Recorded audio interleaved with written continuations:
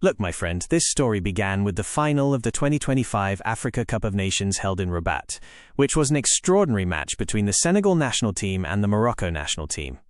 At that time, Senegal won 1-0 after extra time, and everyone believed the title was already decided, but what happened during the match is what turned everything upside down later. In the final moments of regular time, the referee disallowed a goal for Senegal and awarded a penalty to Morocco. This caused the Senegalese players to protest so strongly that some of them left the field, and the situation suddenly turned into massive chaos, with fans throwing objects and trying to storm the pitch. The match was stopped for about 15 full minutes.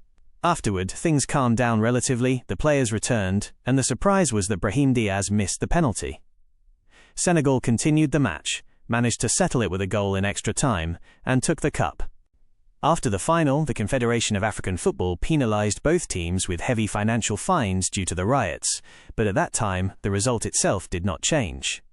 However, about 2 months later, a shocking development occurred.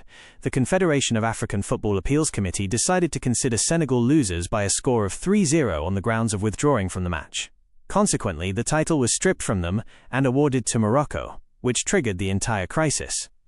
This decision sparked immense anger in Senegal, not only at the fan level but also officially, to the point that the government requested an international investigation due to suspicions regarding corruption within the Confederation of African Football. President Bassirou Diomaye Faye himself expressed his dissatisfaction and posted a photo of himself with the trophy, as a way of asserting that they consider themselves the true champions.